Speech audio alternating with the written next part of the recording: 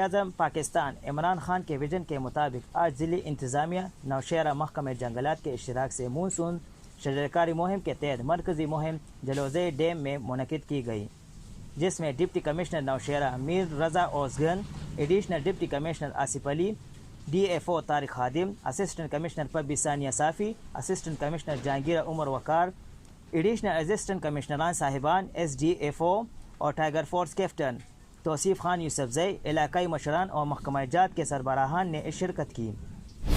اس موقع پر deputy commissioner Nowshera, additional deputy commissioner Asif Ali سمیت اسسٹنٹ کمشنران نے پودے لگائے اور مہم کا افتتاح کیا۔ بچوں اور وہاں موجود شرکاء نے بھی پودے لگائے۔ مجموعی طور پر 86,000 پودے لگائے گئے۔ اسی طرح ضلع بھر میں 4 لاکھ سے زائد پودے لگائے جائیں گے۔ ڈپٹی کمشنر نوشہرہ نے عوام سے اپیل کی ہے کہ تمام عوام اس مہم میں بڑھ چڑھ کر حصہ لے اور ضلع نوشہرہ کو سرسبز و شاداب بنائیں۔ محمد صابر، دی رپورٹر نیوز، نوشہرہ۔